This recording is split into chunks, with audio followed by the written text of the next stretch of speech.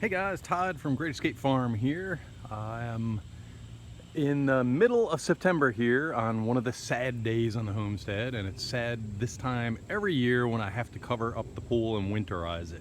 So what winterizing is going to entail here, I actually, let me give you a rundown of everything that I'm going to do real quick, and then I'll tell you the next step as far as what I'm going to do, and then I'll break in the video and get to it.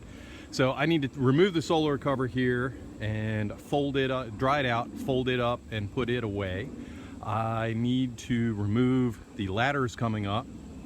I need to cover the pool with a dark cover. I don't want any sunlight getting in, otherwise I'll grow algae. Before I cover it, I need to shock it real quick, just make sure there's enough chlorine in it. I also need to blow air into all of the pipes, and then I will put pool antifreeze in all of the pipes, and I'll block those off so the water won't get in. Reason being is I don't want the pipes to freeze in the winter. The reason I'm going to cover the pool is again to keep the sunlight out, as well as keep all the leaves and everything out. So this is zone 7, pretty much zone 7, zone 8. This whole area mostly is deciduous trees, and deciduous means that all of these green leaves up in the trees are going to be falling into the pool, or onto the ground, which would be into the pool if it wasn't covered. So what I'm going to have to do, the steps that I'm going to do first. First thing I'm going to do is take all of the pool furniture and move it in that direction or this direction or off to the side, and then I'm going to grab a blower and I'm going to blow off this deck here and get it as clean as possible, and then I will drag the solar cover up onto the deck, dry it out, fold it up, and after it's folded up, I will grab all of the tools that I'll need for the rest of this process, lay it out here, and I'll explain to you what I'm doing with the tools at that point. Okay guys, I have the parts in front of me here. As you can see as I pan across, I removed all the furniture and I removed the solar cover right here. It is back there. I'll run you back there in a little while. The roll thing, I don't know what the heck you call it, that rolls up the solar cover was moved to the back. I had to remove one set of steps, which was right here, to pull the solar cover off. I will remove that one over there. I'll actually do a video of that showing you how to do that. When I moved in here, the guy who owned the place before me was removing the jump board or diving board, but he just left it there. And I was like, well, if you're just going to leave it out, why remove it? So I've left it on since I've taken over, what's it been, 12 years now, and it's done just fine. So I don't mess with that at all. It just kind of stays there. As far as the tools, I have already used the blower. I had to blow off the deck to clear off all the crap so it didn't stick to the solar cover, and same thing when I put the main cover on here, I want it clean, so if I get a bunch of leaf fall, I will blow it off again. Right here is just normal shock. I do a normal shock. Some people do a super shock, which is like double or triple the amount of shock. I just do a regular shock, and that seems to work fine for me.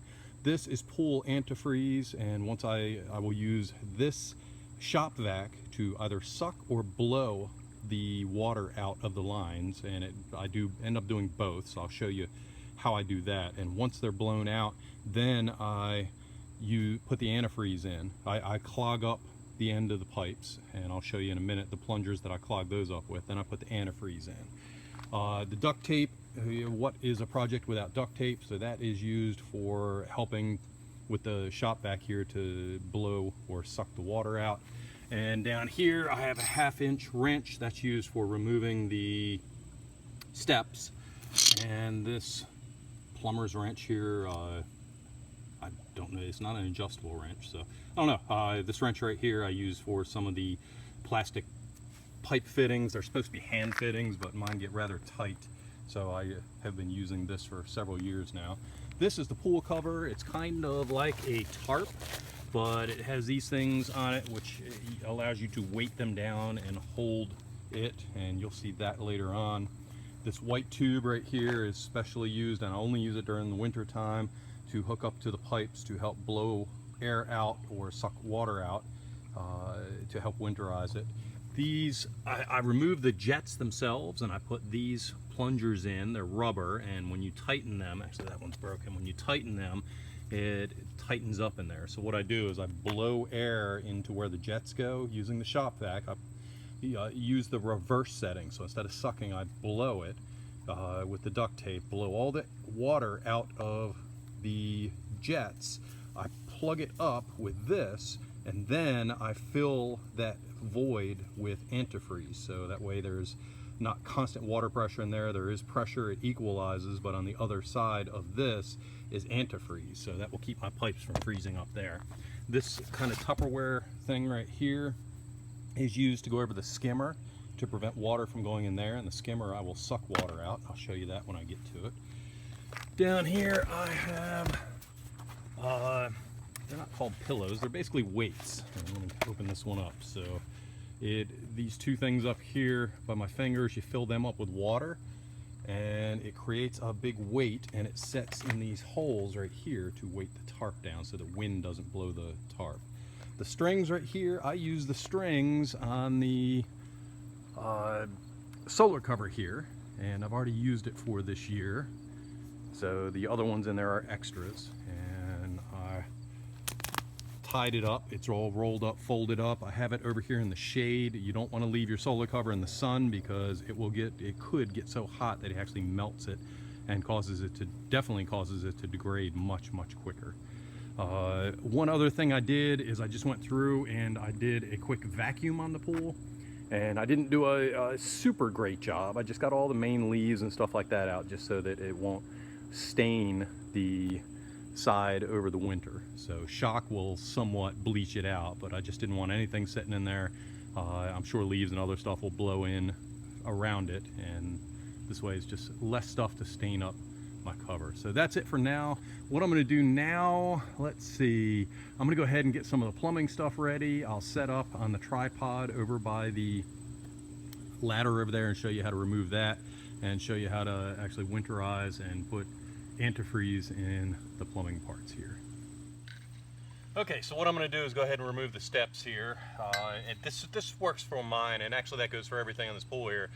Mine works one way. This was put in the mid-80s. Yours may work totally different, so you'll have to experiment and see exactly how that goes. So for mine, you just lift these up. They set off to the side. You have one screw down here. You turn it counterclockwise.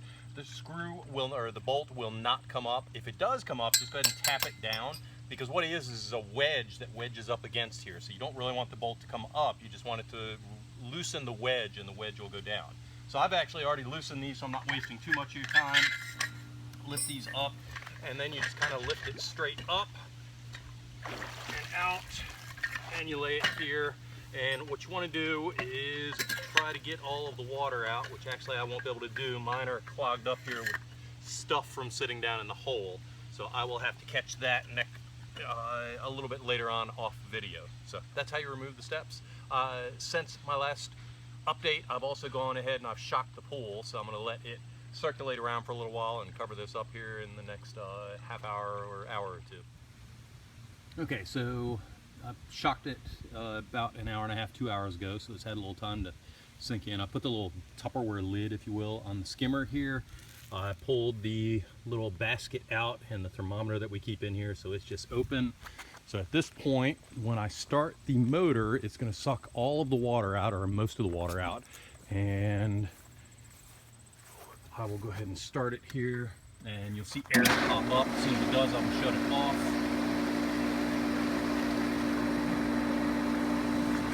There it goes. Okay, and it's done.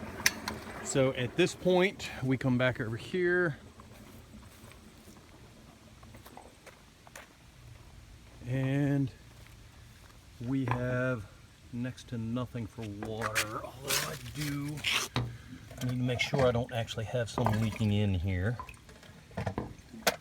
No, that was just residual. So there's a little bit left in there, and that I will get out with the shop vac. And then what I will do is I will pour some antifreeze in there, and then I will put this in. And what this is designed to do is stop up the pipe so nothing else can get into the pipe, and also it's flexible.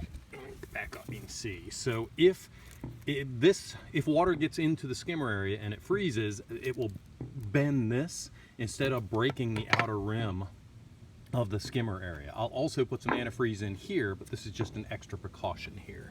And then all of this stuff will go into my shed area until next summer. So let's see, that's it for now. I'm gonna go ahead and put some antifreeze in and suck this out, and then I'll move to the next step. Okay, so I use this mechanism right here that I have duct taped on my shop vac, and I sucked the water out of here. There was a little residual water. Now what I'm going to do is pour a full gallon in here and just let it go in and fill up that tube.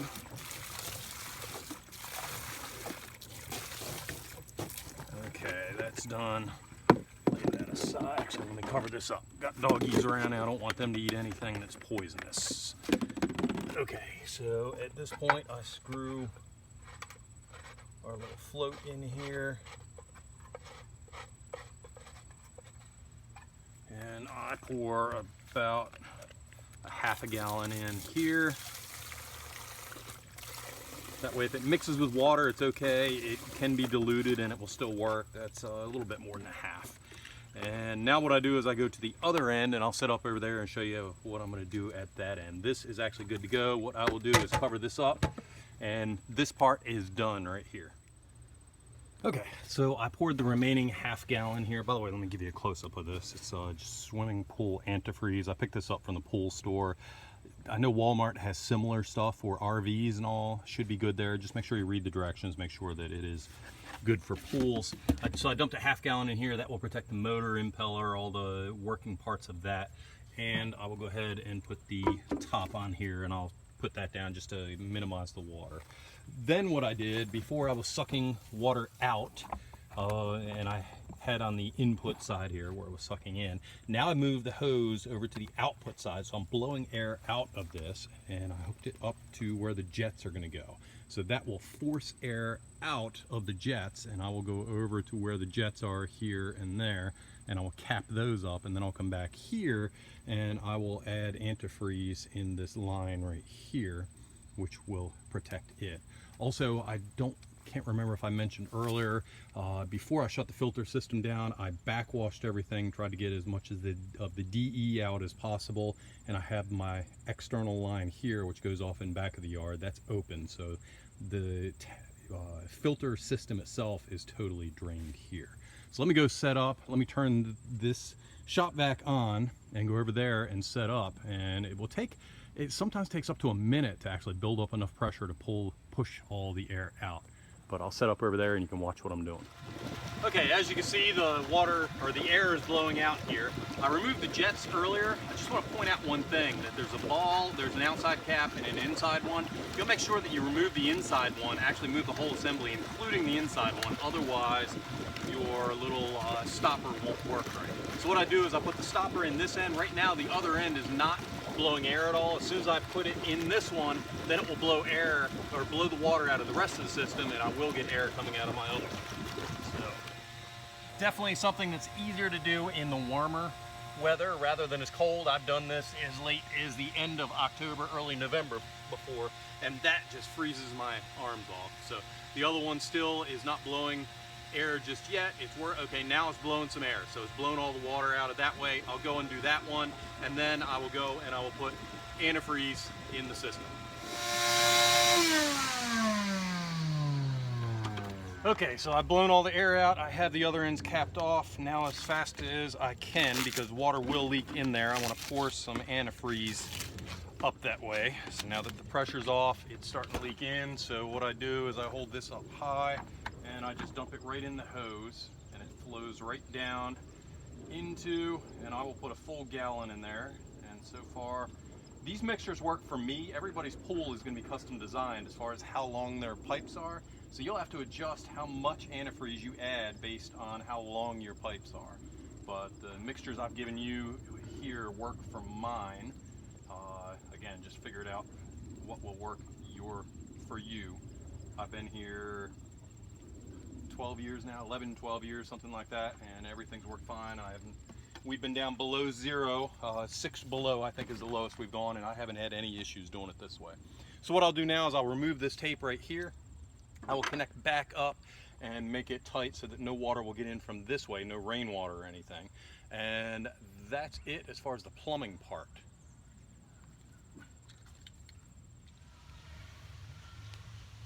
Let's go.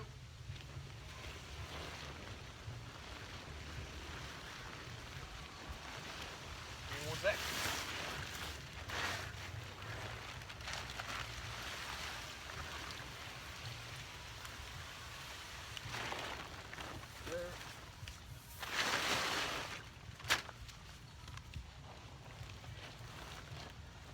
Pull it towards you a little bit more.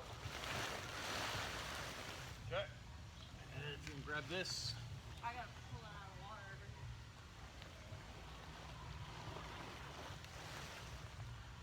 Grab the corner. And back just a little. Good enough.